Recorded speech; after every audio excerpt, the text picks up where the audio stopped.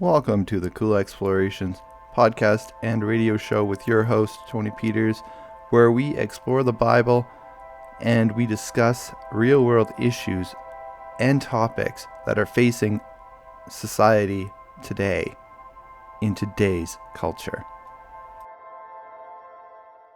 Hello, I'd like to welcome you all to another podcast. This is a little bit of a different format than what I usually do. You probably used to see me a little more dressed up, but I do have something I wanted to share with everybody. Right now, my fibromyalgia is really acting up, and when it does, my depression gets really, really, really bad. And I just thought it might be helpful to show other people that they're not alone, that they do have support out there. They're not being abandoned. Um, God is there with you all the way through it. He has never abandoned me. And I'll explain a little bit more about where my depression first started. It started long before my fibromyalgia hit me, as that really didn't start until my 20s. But since it has hit, it's definitely when the fibromyalgia gets bad, the depression gets bad.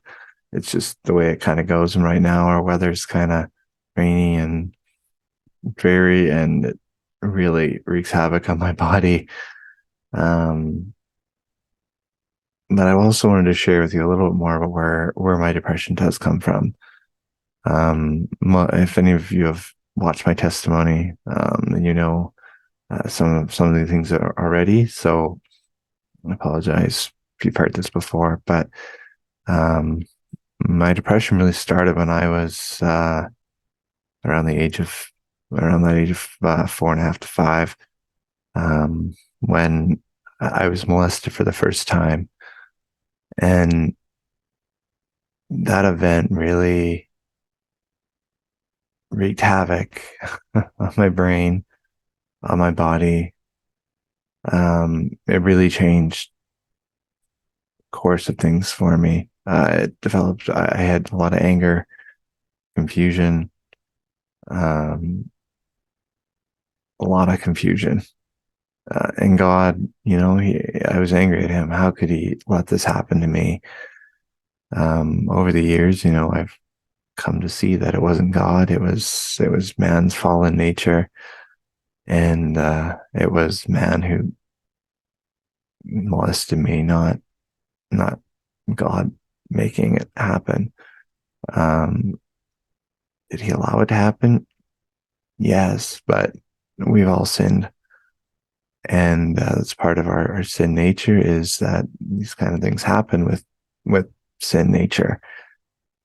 And when that happened, it really did shake me.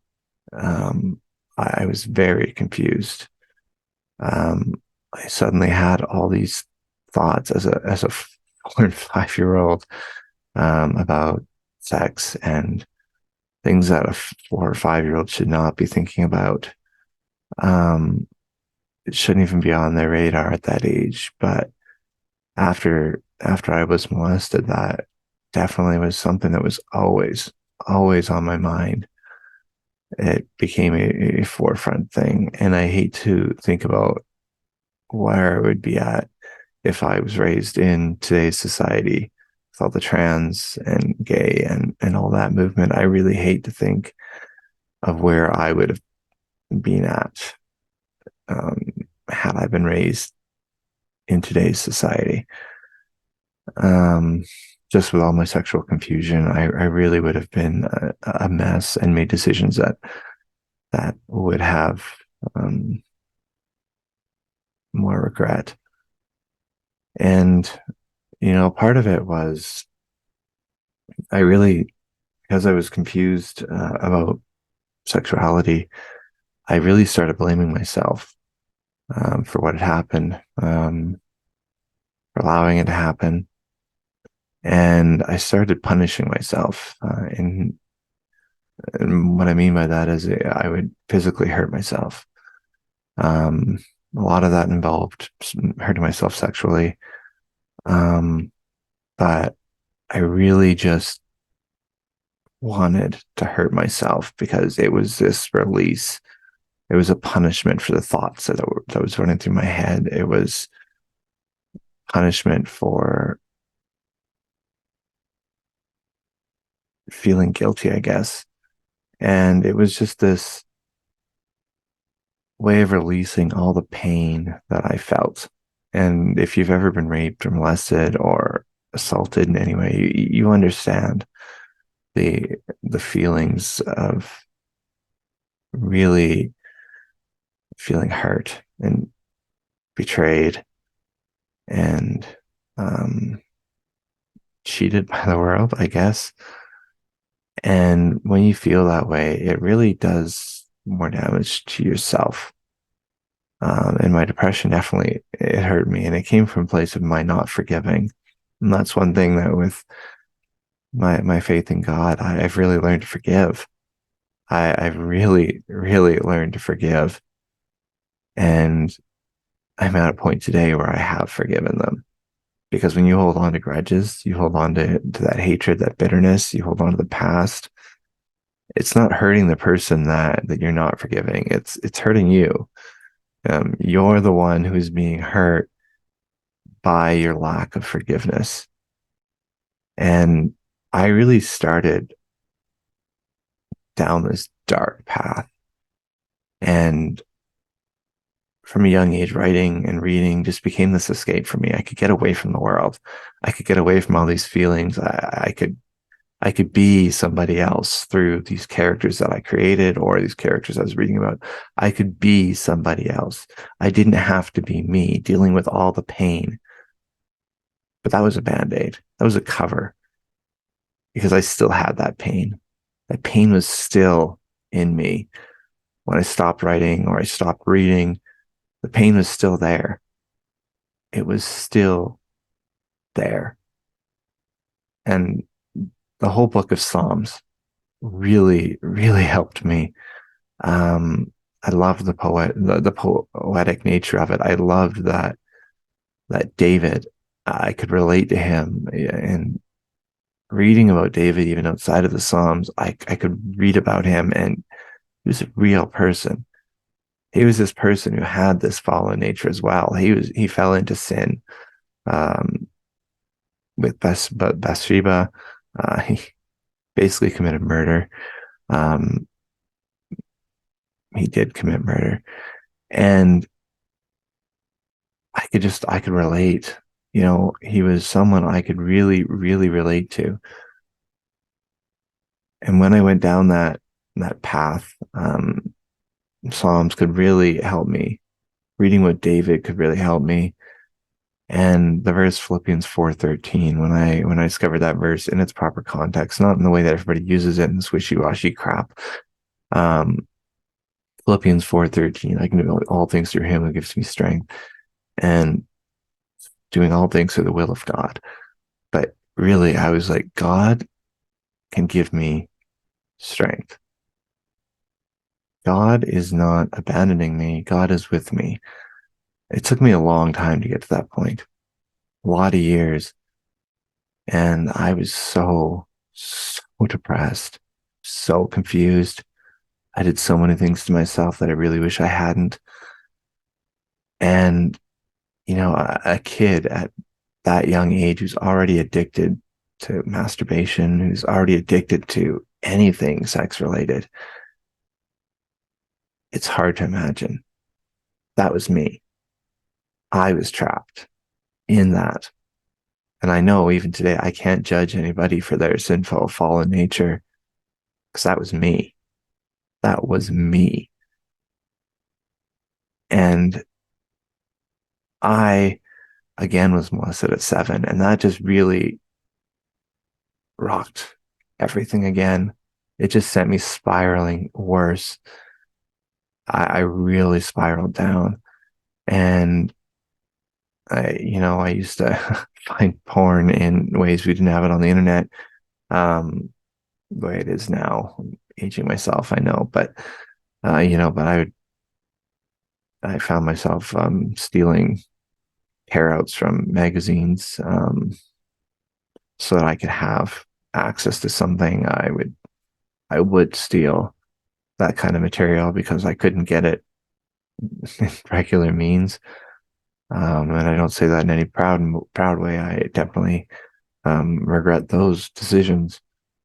And there was just this shame, so much shame for everything that I was dealing with, that I was going through. Um, and like I said, anger to God. I was so angry. How could God let this happen to me? Um, but yeah, that depression really spiraled into this dark place. I could put on this happy face. I could be this person that nobody knew the pain I was feeling.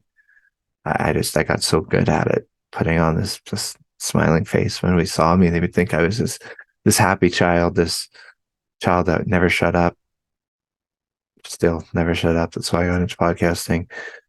But I was just so, everybody would think I was so happy, but really that was a facade. That was just this shield I was putting up to protect myself, this from preventing anybody from seeing what I was, what I'd become.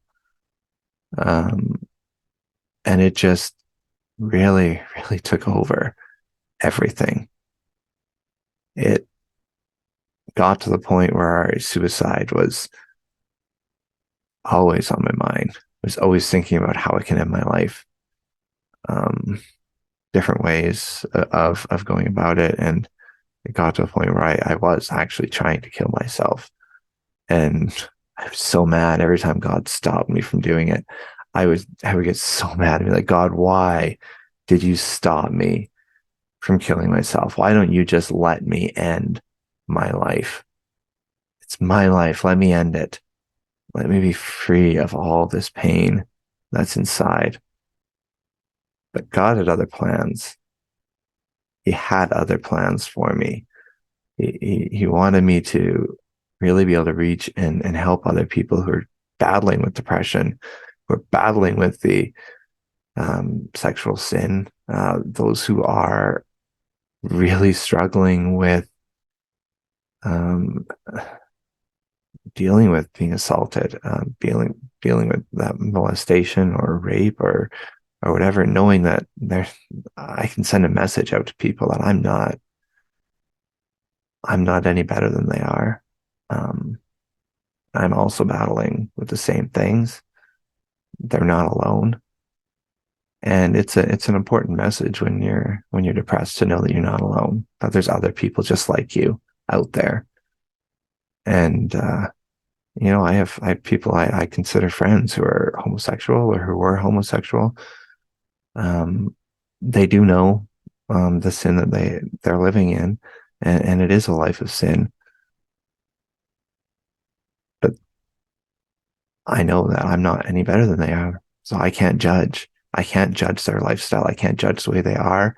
I can say yes, it's wrong, and I know it's wrong, but so is what I was living. That was wrong. I did come to a place of repentance, asking for forgiveness, um, really, truly committing my life to the Lord. And does that end the battles? No, the battles are still there. You still fight, and God gives you strength. He really helps you get through those battles.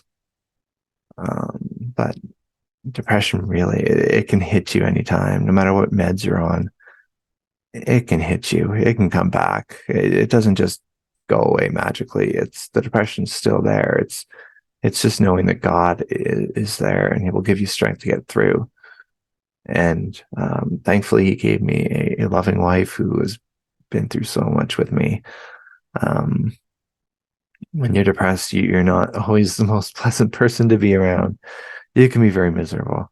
And growing up, I could be very, very miserable. I would have definitely moments where I would just be so angry, and I lashed out at people. I never had good friends because I would just always keep people at arm's length, and I still do. I keep people at arm's length. It's one of my major faults is I struggle to really let people in. I struggle to let them get close to me because if I do, I struggle with the fact that are they going to hurt me like other people have? Other people I've trusted? Are they going to hurt me just that way? And um, I have gotten to a point where I've forgiven these people. And that was a huge weight lifted off my shoulders. It was a weight I was bearing. I was not forgiving them. And, self-harm. I wasn't a cutter, but I, I hurt myself, like I said, sexually, but there was other ways that I hurt myself, um, where people wouldn't be able to see necessarily a scar. Um, Something I would call what's called pricking. So you make almost like needle points all over your body, that don't really show scars. They bleed, but they don't show scars, and you can clean them up pretty easy. Just a way to release the pain where other people wouldn't be able to see it. And I beat myself. Um, just really, really dark. And when you get dark, you let the evil forces, the forces of the devil, you really let them in, because it's the devil that's really telling you these things that is really harming you. It's the devil. He's telling you you're not good enough. He's telling you it's your fault. He's telling you that you're alone.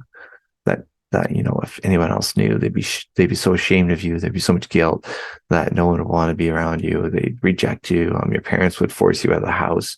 And I know my parents, they loved me. My stepmom and my dad, they were there.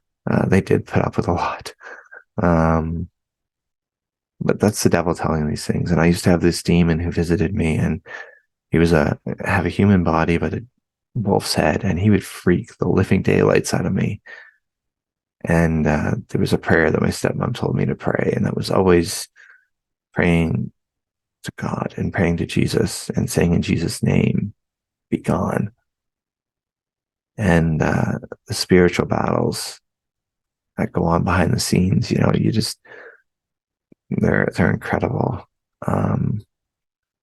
And just know you are not alone, and God will get you through these things just as he's gotten me through these things over the years. Doesn't mean it won't hit you again, but just know you're not alone. We're here. There's a whole community of people who go through depression, who have suicidal thoughts, people who've been abused, who have been molested, who have been raped. There's a whole community out there of people. Sadly, in our fallen world, it is more common than you would think. So just take comfort in that and know that reaching out to other people and letting them know, asking for support, it strengthens you. It gives you strength. And going into the Bible, going to prayer, trusting in God, it'll give you strength. It'll give you the power to overcome these things. I just thought that was an important message to get out. So thanks for listening to my rambling. Thank you for listening to Cool Explorations. I hope you've enjoyed this episode. If you would like to support the work that I do, you can do so by finding me at Cool Explorations on Patreon, or you can reach out to me with any questions you might have through email at tpeters745@gmail.com.